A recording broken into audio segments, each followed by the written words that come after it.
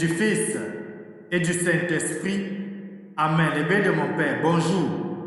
Bienvenue à cette nouvelle semaine de méditation où nous commençons la dernière semaine de ce temps de Pâques. Les bénis de mon Père, nous pouvons dire que désormais, nous avons déjà tous célébré l'ascension de notre Seigneur Jésus-Christ. En commençant par la célébration d'hier, où j'imagine que beaucoup d'entre nous, dans des pays comme le Canada, où l'ascension était célébrée, hier dimanche, nous avons tous écouté les textes qui ont été lus, les textes que d'autres ont écoutés précédemment, à savoir jeudi dernier, lorsqu'ils célébraient l'ascension. Nous savons, les bénis de mon Père, que la première lecture était issue du livre des Actes des Apôtres au chapitre 1, les versets 1 à 11.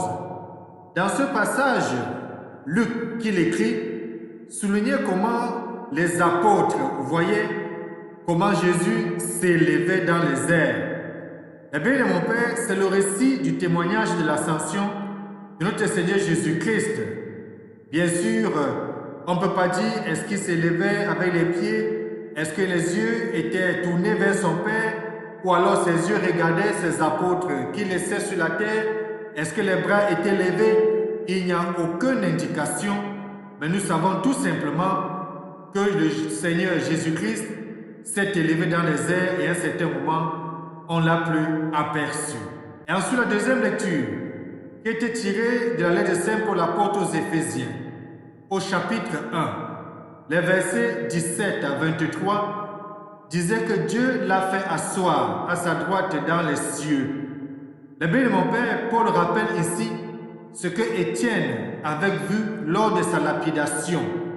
Rappelons-nous, dans Actes des Apôtres, lorsque Étienne est lapidé, il élève les yeux pendant qu'il prie, le ciel s'ouvre et il voit Jésus-Christ assis à la droite de Dieu le Père Créateur. C'est donc une affirmation que nous disons tous les temps et tous les jours lorsque nous sommes dans la célébration eucharistique dans notre profession de foi. Et l'évangile que j'aime bien était tiré de Saint Matthieu au chapitre 28, les versets 16 à 20. Dans ce passage, Saint Matthieu écrit très clairement, en reprenant la parole de notre Seigneur Jésus-Christ, que tout pouvoir m'a été donné au ciel et sur la terre.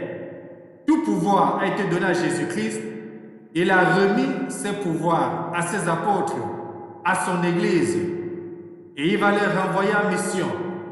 Allez de toutes les nations, faites des disciples. Baptisez-les au nom du Père et du Fils et du Saint-Esprit.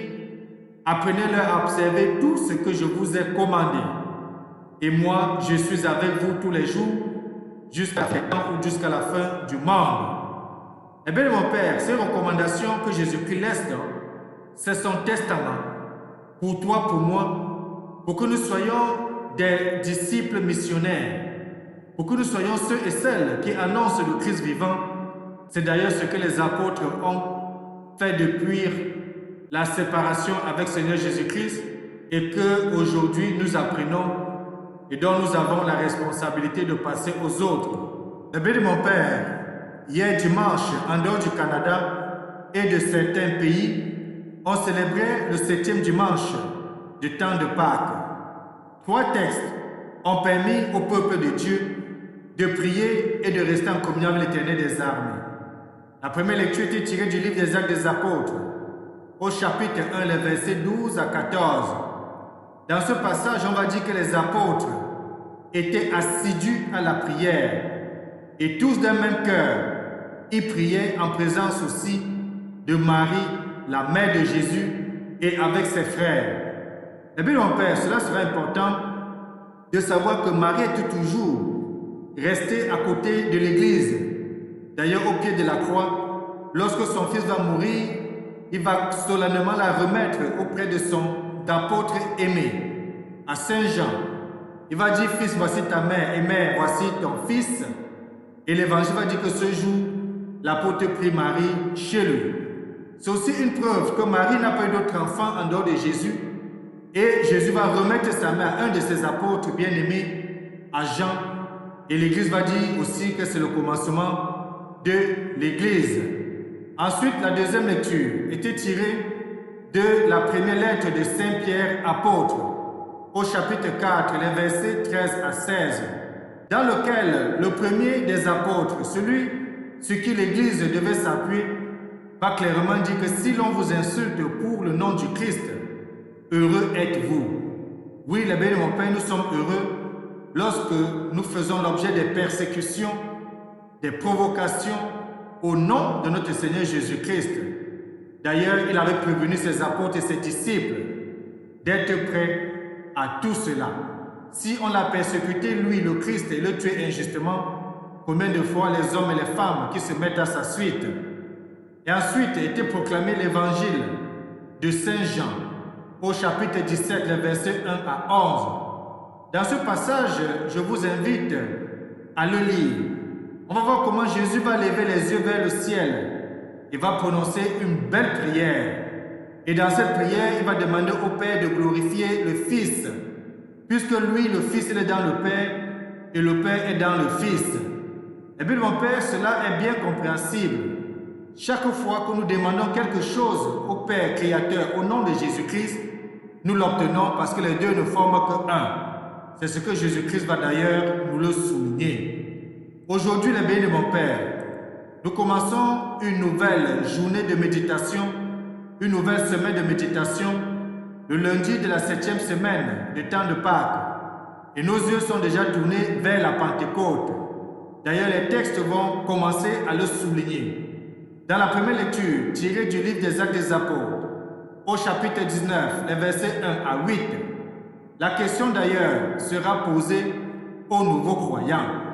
Il va le demander par la bouche de Saint Paul que lorsque vous êtes devenus croyants, avez-vous reçu l'Esprit Saint?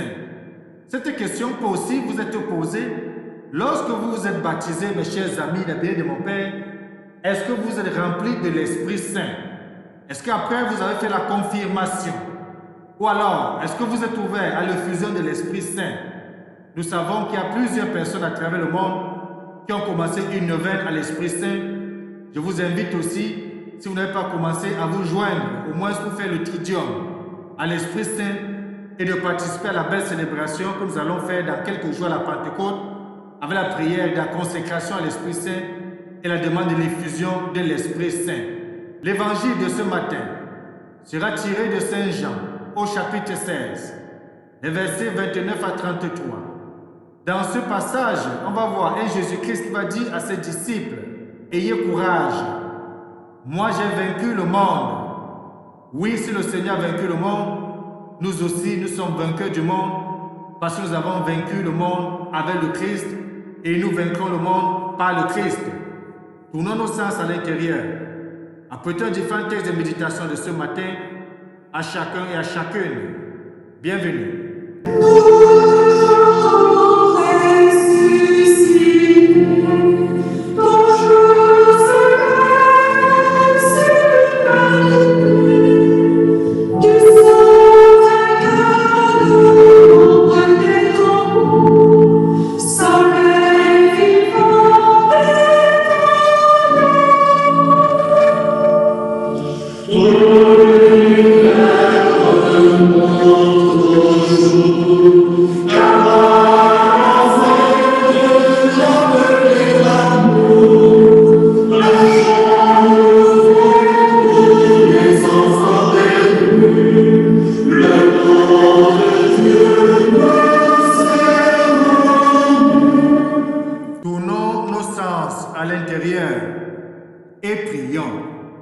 Seigneur, nous t'en prions que descende sur nous la force de l'Esprit Saint pour que nous puissions discerner ta volonté et l'accomplir tout au long de notre vie.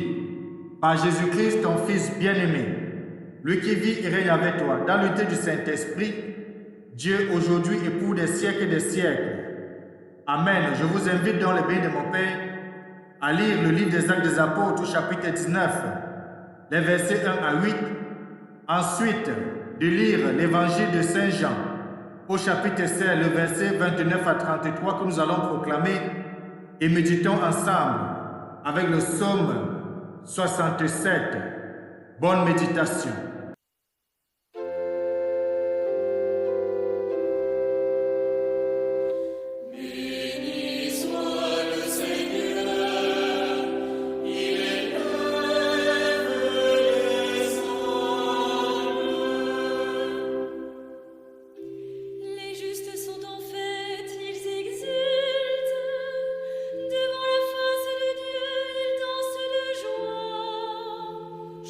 Chantez pour Dieu, jouez pour son nom. Son nom est le Seigneur, dansez devant sa face. Père des orphelins, défenseur des veuves, tel est Dieu dans sa sainte demeure. À l'isolé, Dieu accorde une maison. Aux captifs, il rend la liberté. Béni soit le Seigneur, Jésus, Seigneur, depuis les âmes dans les hommes.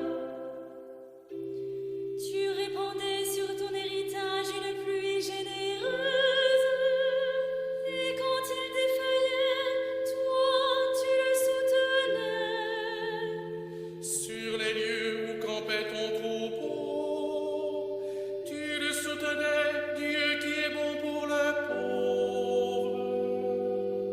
Béni soit le Seigneur, Jésus, Seigneur, depuis les âmes dans les hommes. Évangile de Jésus-Christ selon Saint Jean, au chapitre 16, les versets 29 à 33. En ce temps-là, les disciples de Jésus lui dirent, « Voici que tu parles ouvertement et non plus en image. Maintenant, nous savons que tu sais toutes choses et tu n'as pas besoin qu'on t'interroge. Voilà pourquoi nous croyons que tu es sorti de Dieu. » Jésus leur répondit, « Maintenant vous croyez. Voici que l'heure vient, déjà elle est venue, où vous serez dispersés chacun de son côté, et vous me laisserez seul. Mais je ne suis pas seul, puisque le Père est avec moi. Je vous ai parlé ainsi, afin qu'en moi vous ayez la paix. Dans le monde, vous avez à souffrir. Mais courage, moi je suis vainqueur du monde. Acclamons la parole de Dieu. Louange à toi, Seigneur Jésus-Christ. Soyez courageux, moi je suis vainqueur du monde. C'est ainsi, mais béni de mon Père, que Jésus-Christ achève l'évangile de ce matin. Et à travers l'acte des apôtres que nous avons lu, nous pouvons dire que peu importe les erreurs que nous pouvons commettre, c'est le résultat qui compte. Peu importe les lacunes que nous pouvons espérer avoir dans le milieu chrétien que nous fréquentons, c'est la foi des fidèles qui compte.